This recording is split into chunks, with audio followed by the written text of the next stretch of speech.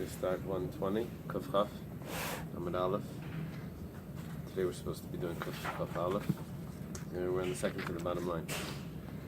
V'had Tanya, the widest line on the page. V'had Tanya, and this said it was taught in a Brisa. So before, what we learned yesterday, were when certain foods were liquefied, we considered it like food. We learned it by chaylev, we said nefesh. We learned it by chametz, also we said nefesh. We learned it by nevela, also we said nefesh. And we tried to say that maybe we should be able to learn one from another. We said each one is different, you can't learn one from another, each one has its uniqueness. Whatever the case is, by all of those halachas, even if it's liquid, it's considered food. So now it says, V'had Tanya, and this said it was taught in a Brisa. Hat meim. This is talking about the shratzim. The 8 shratzim. It says over there, the impure ones. And that extra hay of hat meim is coming to include lesser tziran, to make prohibited the gravy, v'reitvan, another type of gravy. Tziran is what comes out through salting. Reitvan is usually what comes out through boiling. The kifa shalem, and the pieces that fall to the bottom of the pot. So the Gemara asks on this brisa, lamali, why do I need this brisa to learn from this pasuk of hatmayim? Ligmar mehani. We just had 3 cases of that when something is the liquid that comes out of something is considered the food itself. So why do I need an extra pasuk of hatmayim? I could somehow learn it from chaylev. Sorry, you need the whole, Rabbi, this whole brisa? You say, what do you need the extra brisa? The brisa is telling me what I need, is explaining what I learned from the hay, the extra hay of the word hatmayim. Really, I don't need that. I could learn it from the 3 things that we had yesterday of chaylev, chametz, and nevela. Right, I gotcha. The Gemara says not tzricha, it's necessary. Why? Because those things I would have said, yes, the liquid is considered the food. But over here, by the sheretz, maybe not. I wouldn't have known all the halachas without this. So tzricha means it's necessary. Do you like kasav rachmana? Rachmana means the Eibishter. But if the Eibishter didn't write, that means he didn't write in the Torah, the merciful one. Hava mina. If he didn't say that hey from hatmeim, then I would have thought dayalava menadin liyas kanidain, that it's enough what comes from the kal v'chaymer to be like what the original is. So let's finish off. I'll explain. Ma hasamadika kazayas. Just like over there, you need a kazayas. Afacha adika kazayas. You need a kazayas over here as well. So the thing is that by all laws in the Torah, in all food laws, it's always a kazayas, with the exception of shratzim and Yom Kippur. Yom Kippur is kikei the large day, and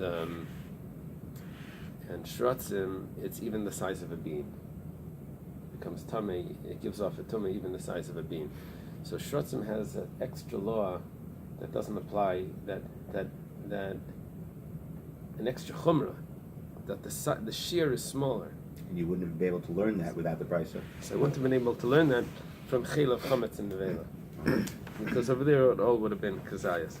So the concept of dayalav amenadin liyas kanidan is if I say that if a weak person can pick up 10 pounds, for sure a strong person can pick up 10 pounds, that's fine. But you can't say for sure a strong person can pick up 20 pounds. Because you can't get any more than where you're starting. So here also you can't get any more than kazayas, because that's what you're starting with. You can't get to an adasha to the size of a bean. So that's why it needs it. The Gemara asks, oh, so interesting. So you have a chumrah in shratzim. So v'lichtav rachmana b'shratzim. So why doesn't the Torah just write shratzim? Because shratzim has the chumrah of adasha. V'leisa hanach v'ligmir minayo. And we'll use the other, and we'll leiso hanach. Those others will come, and you'll learn from shratzim. And I can't get the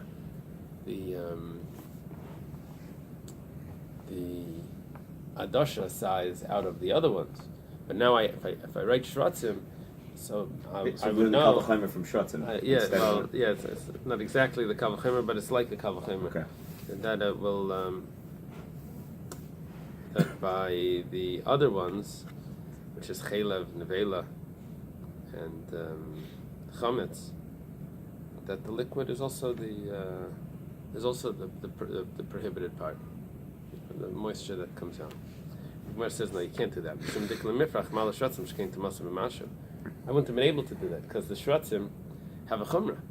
They have the tumah that comes off even with the smallest amount. We said it's like a dasha. So, all right, it's good enough. So, because there's a chumrah in shratzim, I won't be able to know that this halacha would apply to the other things of chelev, nevela, and chametz. I would say that shratzim has a special chumrah, that the liquid is like the food, and not by the other things. V'had Tanya. And this that was taught in the Bais, hatevel, food or grains that trumas and maisos weren't taken from. V'achadash, and grain that was before the omer. So we're not allowed to eat the new grain until the omer sacrifice is brought on the second day of Pesach.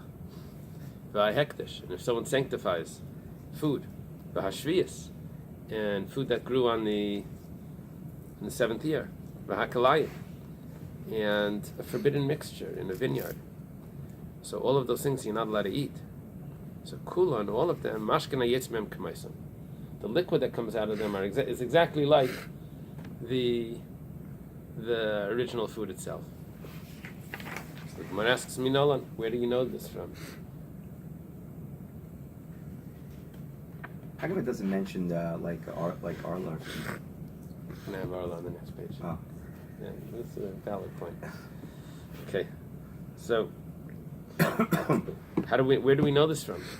V'chi tema, and if you say ligmar mehanach, that we're going to learn from all of those that we said yesterday, which is chelev, chametz, and nevela, that all of those, the liquid is like the original. Malahanach shekein yisr haba me'elav.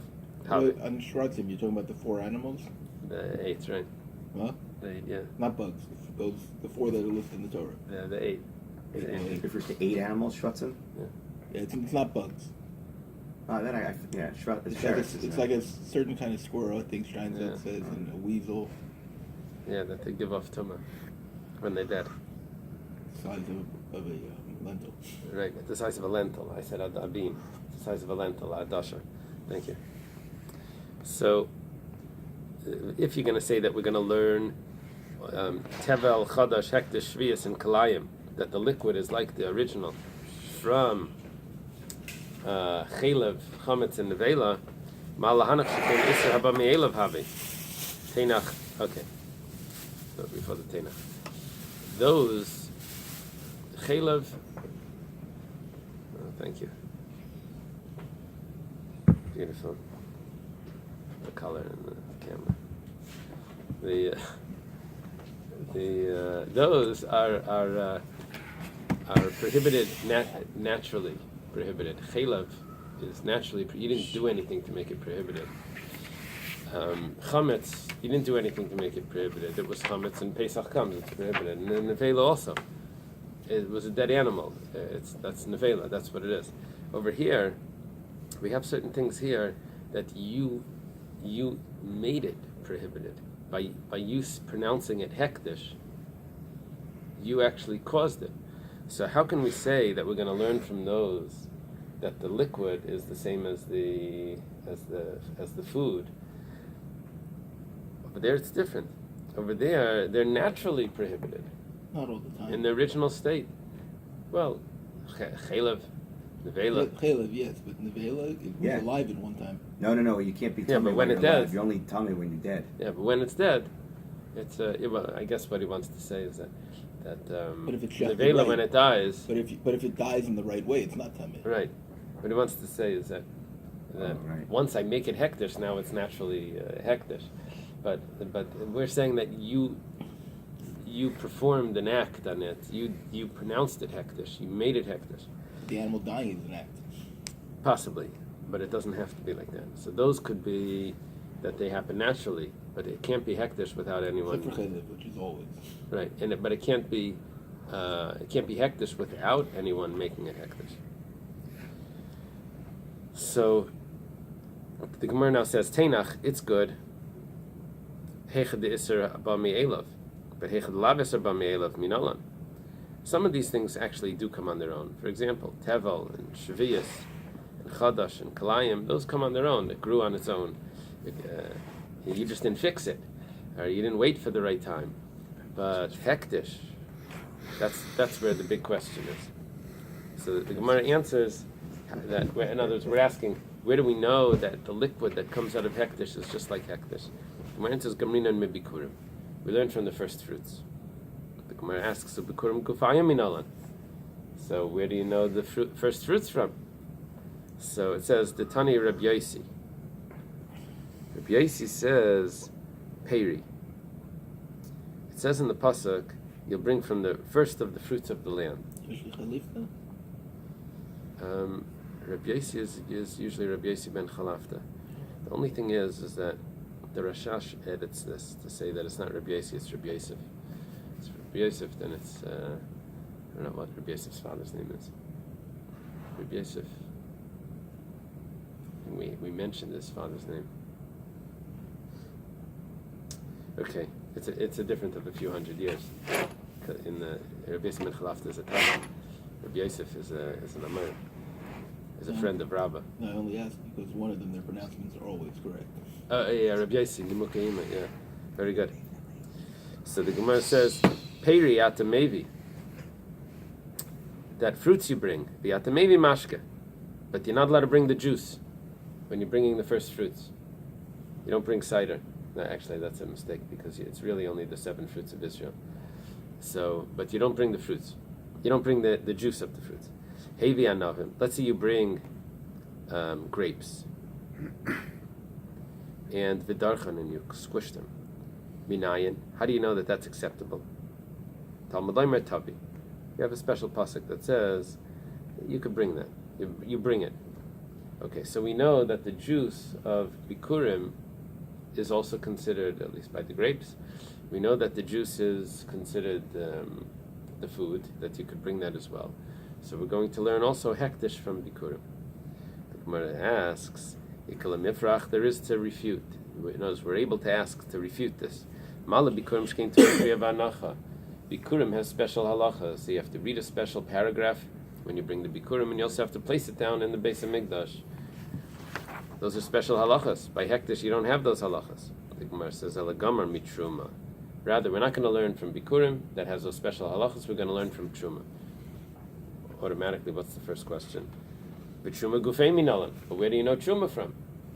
The Gemara says, well, that we're going to resolve by the iskish lebikurim. Truma is compared to bikurim.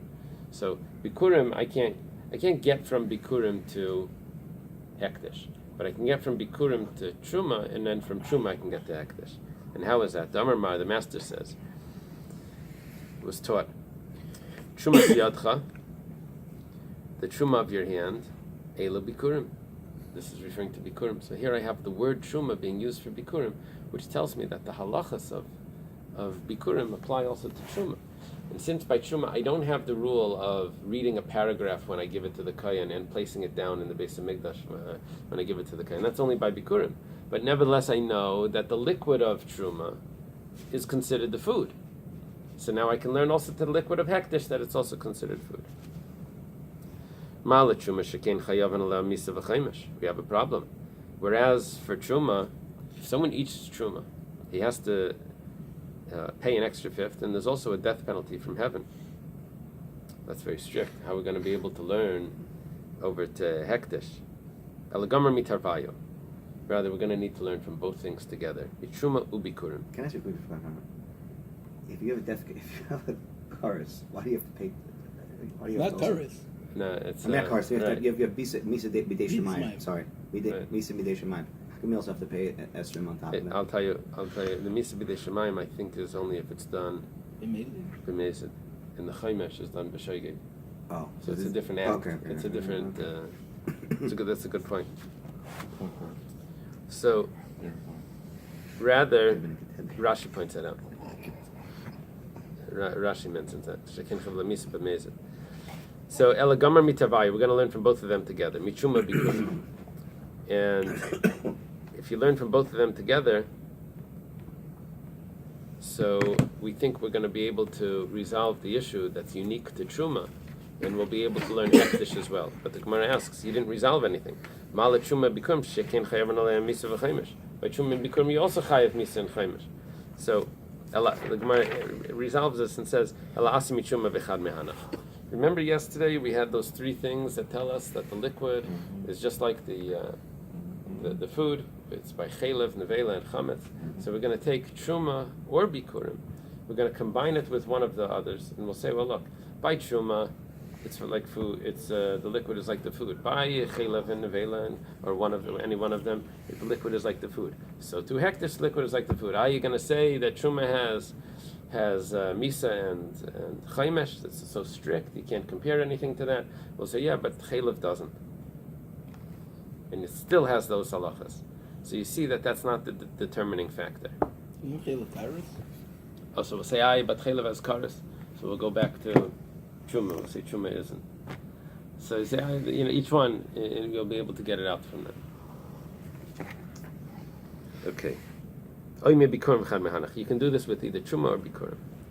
Now the Gemara asks, v'hadetnan. This was taught in the Mishnah. Dvash tamarim. Honey that comes from dates. Yain tapuchim. Wine that comes from apples. Must be a hard cider. Yes. Chaimetz sitvanias. And the vinegar that comes from the winter grapes, which is very sour. It means that the grapes were ripening too late in the season, so they never really get ripe. So they always stay smaller and they never fully mature. So it's much more sour. So these things, b'sharmini perishal truma. These are the ones that the bracha on it is like. Oh, that was Baisar. Yeah. Baisar, the little grapes. Or smada. There were 3 stages of grapes. There was smada, Baisar. You're saying that you make a different bracha than you were supposed to make on it? Yeah, it says that. Come to the call Tuesday night. I'm money.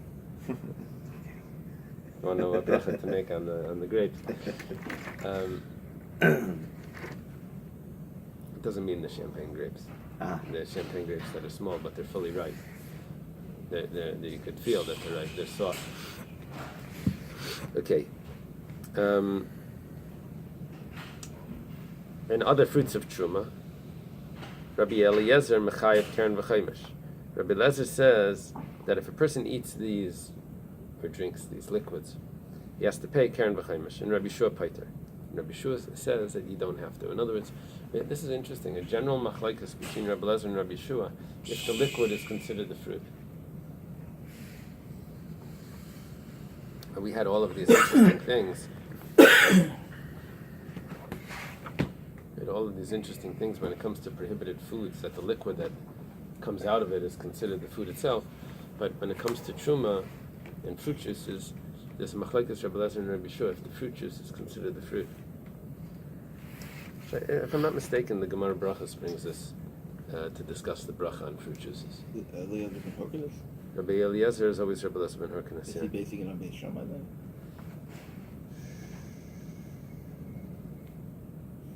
I don't know the background. I don't know the background if there's other sources. But I remember the Gemara Brachas brings this, and it's discussing the fruit juices, what bracha it is. We hold that certain fruit juices are considered the fruit, like olive oil and grapes. If not for the specialty of grapes, we would say Bar Priya eats on grape juice and wine. It's just because it's so special, we gave it a special bracha, but really it's considered the fruit. And the same as olive oil. Olive oil, if it wouldn't make you sick when you would drink it, you would also make ha'etz on it. But because of the negative thing, if you drink olive oil, it'll make you sick. So you can't make that bracha on it. It's machlekes Rashi and the Rambam if it's shehakal or if there's no bracha. So, b'maikligi, what's the machlekes between Rabbi Eliezer, who seems to say that the fruit juices are the fruit, and Rabbi Yeshua that doesn't say so?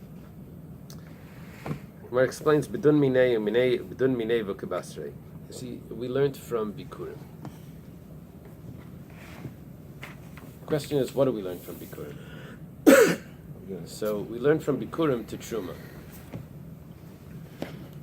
Whenever I learn from one thing to another, there's two options. Let's say this is the Bikurim.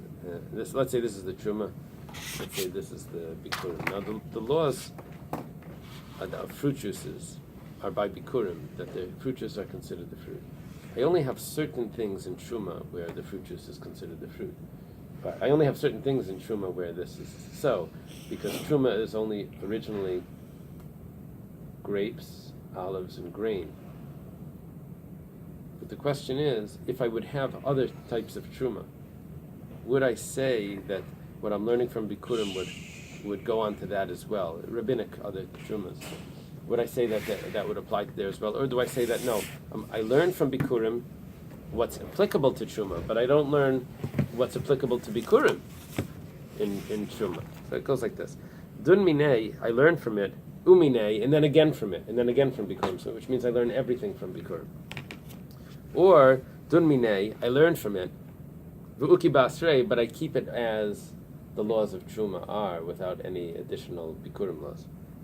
Kamiflagi, that's the machlekes. Rabbi Eliezer savar dun minei. Rabbi Eliezer says you learn from it, and then you learn again from it. Ma bikurim mashkana yetzmem kamaisam. Just like by bikurim, the liquid that comes out of the fruit. We're on 120b. So af truma nami, just like bikurim, the liquid that comes out of the fruit is considered the fruit. Also by truma, the liquid that comes out of the fruit is considered the fruit uminei, and then I learn from it again. Ma bikurim afilu shar minim, just like by bikurim. It's other fruits, not just the grapes in the oil. Af truma nami, af shar minim, afilu shar minim. Truma also would have the same halacha, and therefore, the truma of the honey that comes from the dates and the hard cider, all of that I can learn from bikurim. Rabbi Shua savar no. Rabbi Shua says dun minei, you learn from it. Ma bikurim mashkan yitzim kamaisam. By bikurim, the liquid that comes out is like the fruit. Af truma mashkan yitzim kamaisam. Also by truma, the liquid that comes out is the fruit. V'uki basra, but then you have to leave it there. Asra is the place. Uki, you establish it in its place. In other words, you stop it. You stop the limud. You only learn from bikurim to truma, and then you stop it. Right? Like we say, di b'chol asar v'asar. And in any place, asra is a place, asar is a place. Ma mashkim. Whereas for liquids, the kodshi b'truma tirish v'yitzar in that they're considered holy by tirish is the wine and yitzar is the oil. In yes, but midechrin ilai, other things not. So af mashkana yitzimem kamaisam. Also, the liquid that comes from them is also like them, but that's again tirish v'yitzarin midechrin elai. Only the liquids that come out of the grapes and the olives will be like the grapes and the olives, but nothing else. So therefore, it comes along Rabbi Shua and says that all of these other fruit juices are not considered truma. V'hadatnan, in this that it was taught in the Mishnah.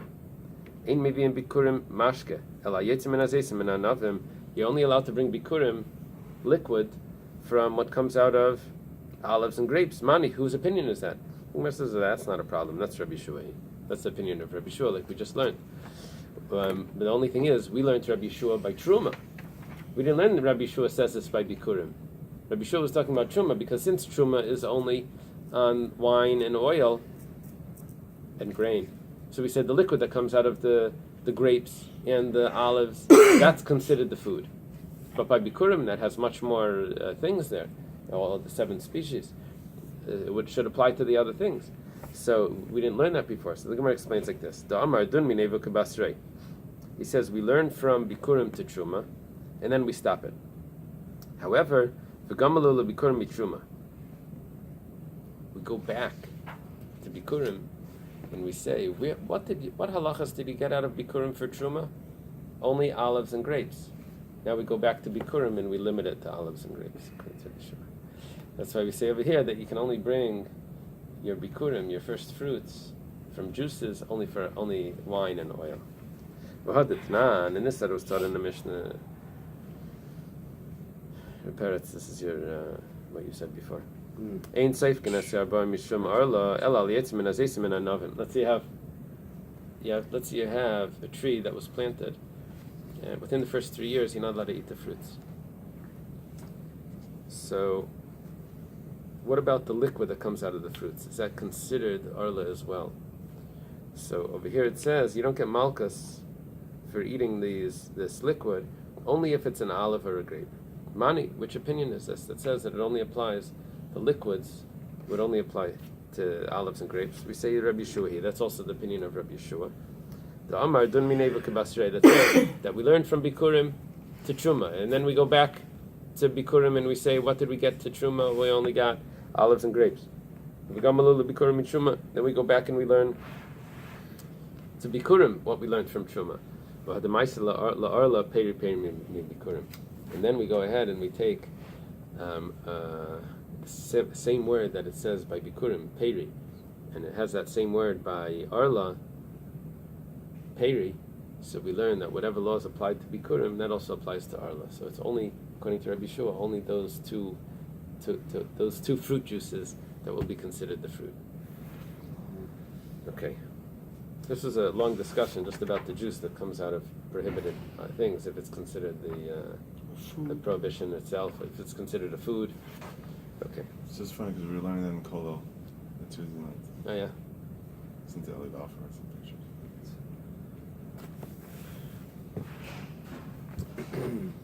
In the Mishnah, we mentioned that there were certain items that could combine to the food to make it the right size to become tameh.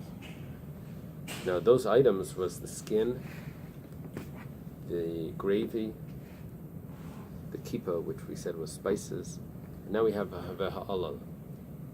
The Gemara is now going to discuss what the alal is. My alal. What is alal? But whatever it is, it's going to combine to the food. It's like LL. to make it to make it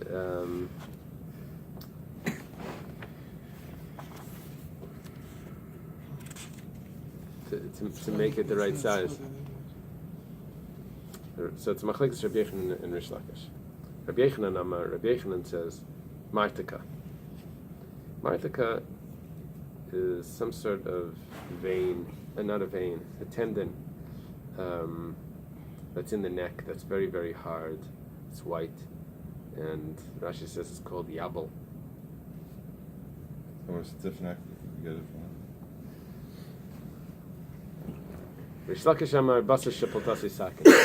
Rish Lakish says when you're peeling, when you're skinning the animals, so you have a knife and you have to cut like this down the animal to get it off. You hang it up and you just keep like chopping away a little bit to get it, and you hold it, pull it, and cut more. Now while you're doing that, sometimes there's little pieces of flesh that get attached that are on the skin side. So those pieces of flesh that are on the skin side, what we're learning here is those can combine, even though you would never go back and cut them off unless they were very large pieces. But it's just too much of a hassle. It's like, when you peel an egg and everything is sticking to the shells, Right. So you can't, you just, whatever, you can't go back in there and get every little piece off that thing. So you just leave it. It's not food. It's you consider it's part of the shell. So here you have the flesh that's stuck to the skin. But our Mishnah says that nevertheless it will combine to be the right size. Is that a shomer? The skin is the shomer. Right. If the skin was attached to the flesh, then that would be a shomer that for sure combines. Here we have skin that's attached to something that's not really considered meat. So we're saying, what about that meat over there? That's not really considered meat because you left it on the hide. So what about that? So that's a machlekes. Rish Lakish and Rabbi Yochanan, what this is referring to that it combines. Meisvei, where's the question? Quotes from Eiv.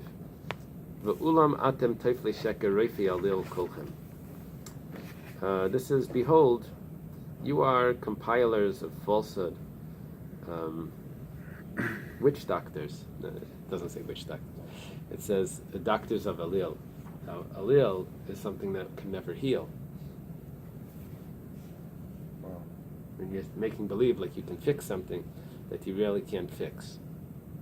So Bishlem Lamand Amar Martika, according to the one that says Martika, Haino Delav Barafu, we understand why the pasuk says Refi Alil, you're healers of the stiff neck, the stiff neck heals, but you're healers of this Martika that never heals.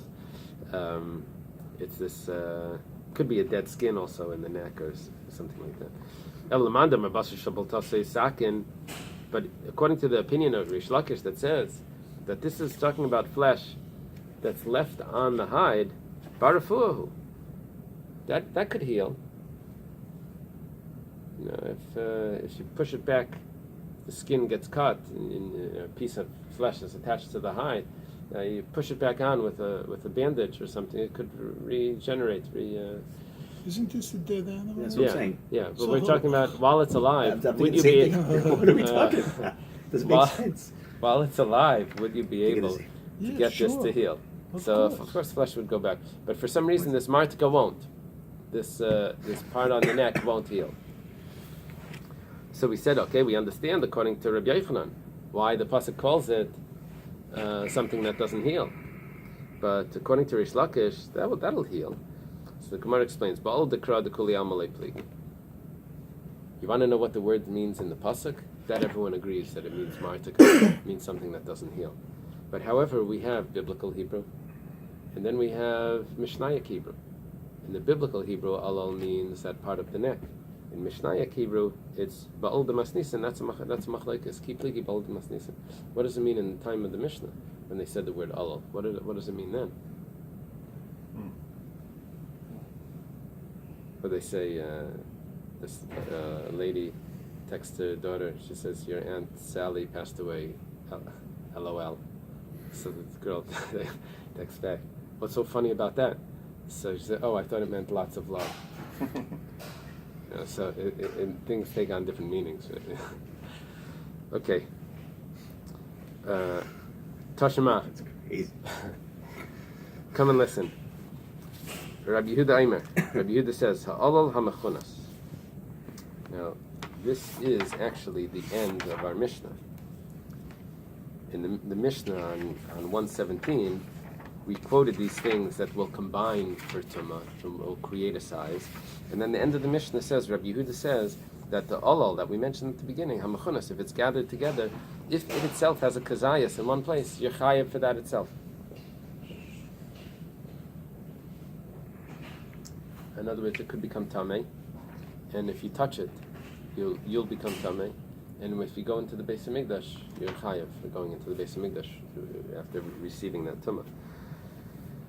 So, Rabbi Yehuda says, "Allah mechunas imish ksais makamech chayav and olav." You're chayav. Amar Rav Huna says, "V'hu shekantu," but that's only if you gather